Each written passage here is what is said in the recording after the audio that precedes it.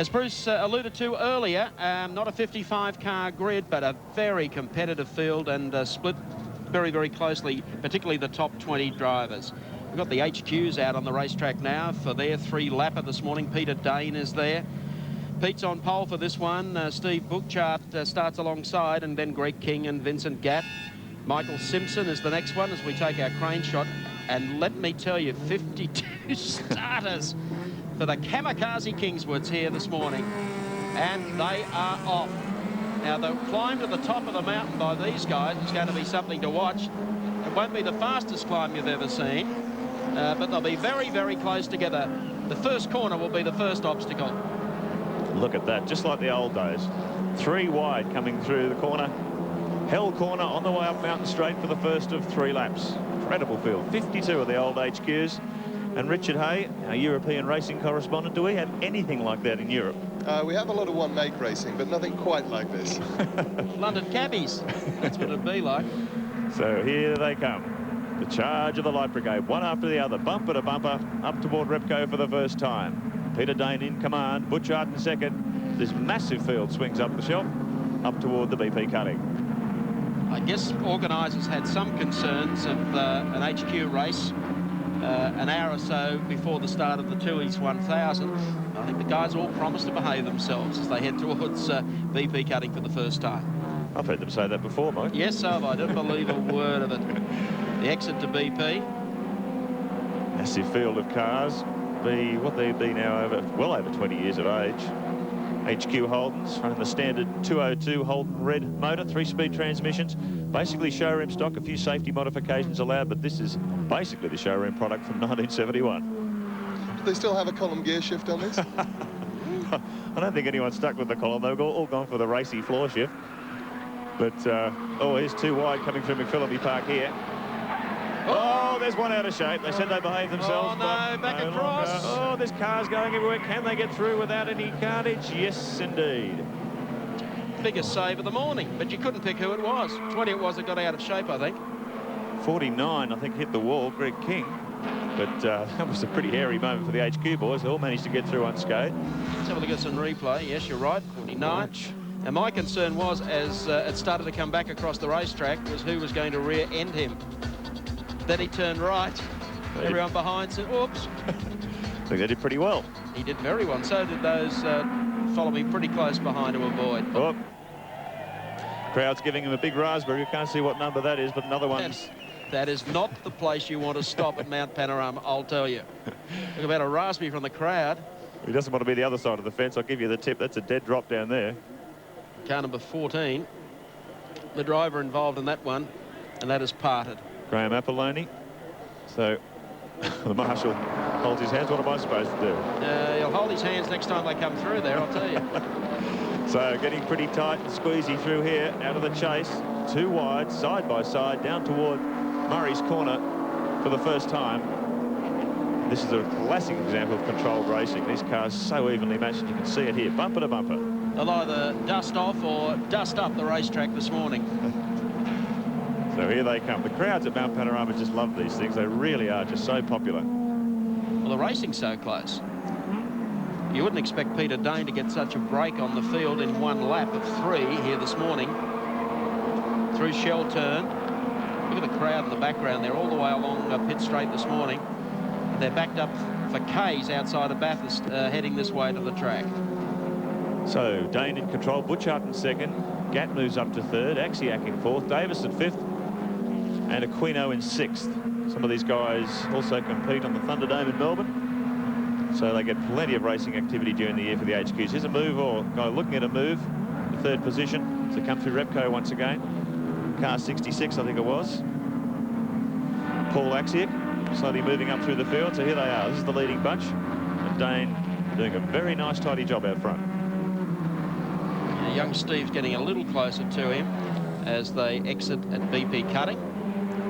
But so far, Dane has been the class of the field. I'd rather be starting off pole than Jake Meyer, who gave them a 52-car start. Up through Tooheys Red Hill. I think if you were going to make a Bathurst debut, Richard, I think these would be the things you'd get your backside in. You reckon, would you? No, they really are quite hairy things to watch. You can see them moving around on their suspension, really screeching the tyres as they come through the turns. The racing doesn't come much more competitive than this now. Absolutely. It's been a tremendously popular category since it was created. I don't think you'll find one HQ left in any of the wrecking yards around Australia. They've just about all been scooped up for HQ racing. So here they come down the mountain once again. Well, they're still old cabs. You whistle and they stop. Yes, a lot of these things would have seen service around the capital cities as taxi cabs. I know there's one of them in the field. Had over 160,000 miles of reliable service on it before it was turned around into a race car. Well, that's what you... I mean, you take over a proven car then, don't you, when you go racing? Well and truly running. So here they come. Dare I use the term unleashed on Conrod Straight. Steve Butchart, I thought, may have been a little closer than to Peter Dane. But so far, Dane has been able to hold that gap. One has stopped down here. At least it's protected by that concrete wall as the rest of the field come through. Jamie Hodgson parked it next to the concrete wall. Not a bad move considering that part of the circuit, how fast they are through there. That'd be a thrill for them all with any loose travel on the steering through that corner. Now, Butchart's getting a bit serious here. He knows he's only got one more lap in which to do some damage here. Has a look down the outside as they come into Murray's corner. This must be exciting when you've got to jump on the binders, though, and there's nothing there. A few puffs of smoke.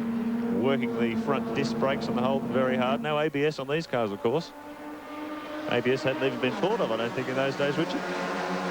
No, I think there might be 2 runs down the mountain, and stopping back could begin to be a problem with them. Coming up to the last lap, these could be a hit, couldn't they, at Donington or the flying Silverstone? I don't think the British crowds would know what to make of it. The Flying Kangaroo Tour. 55 HQs at Donington. Does that bring the crowds in? Here they come. Final time up Mountain Straight. Dane still in control. Butchart seems to have dropped back a little bit. Here's the charger. Defensive driving school. Axiak, I think it is, weaving this way and that. He's trying to get up, but he can't get Butchart on the outside now. He may watch him for the big lurch across here. It's Minscat. Oh, squeezing Butchart for room. Butchart, don't cop that. No, he says.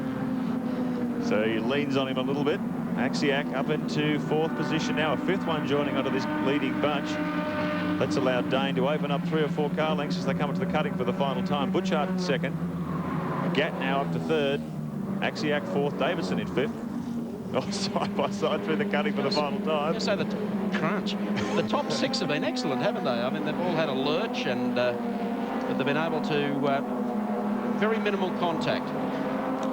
Save for Axiak there. It's the hardest spot for a cameraman. Most highest paid cameraman in Australia, that job. They look side by side as they come through past Reed Park. Gatt with Butchart on the inside. Now they're going to go into McPhillamy Park door to door. This will be exciting. Now, Butchart will win that encounter. You don't really want to be on the outside through there. So Butchart tests Gatt's medal.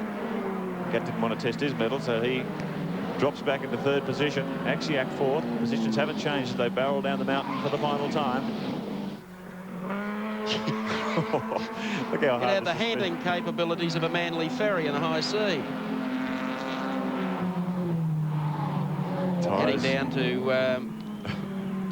to tyre power turn for the final time, and an opportunity for a draft. The Tuies might be the only draft they get on the way down. So here they come with the final time down Conrod. Butchart seemingly powerless to do anything about Dane, pole man, in car number 1. He may have closed up a little here, heading to Caltech's chase. Jamie Hodgson's car parked safely there. Steps over the white line, using all the road to get his tyres on as he straightens up. Hard on the brakes here. Caltech's chase for the final time. Butchart has a look down the inside, but I don't think he's going to be able to do anything unless Dane makes a major boo-boo. He makes a lot of ground up, though, on the leader through this part of the track and downhill here.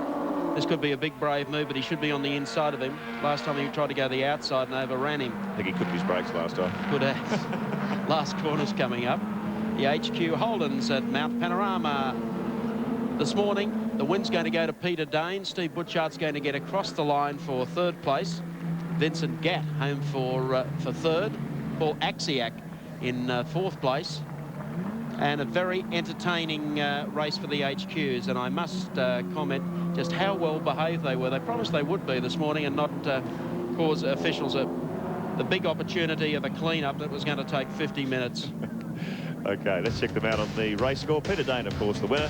From Steve Butchart, Vince Gatt in 3rd position, Paul Axiak up to 4th, and Charles D'Aquino in 5th position. Don't go away. We'll be back with more from Mount Panorama in just a moment.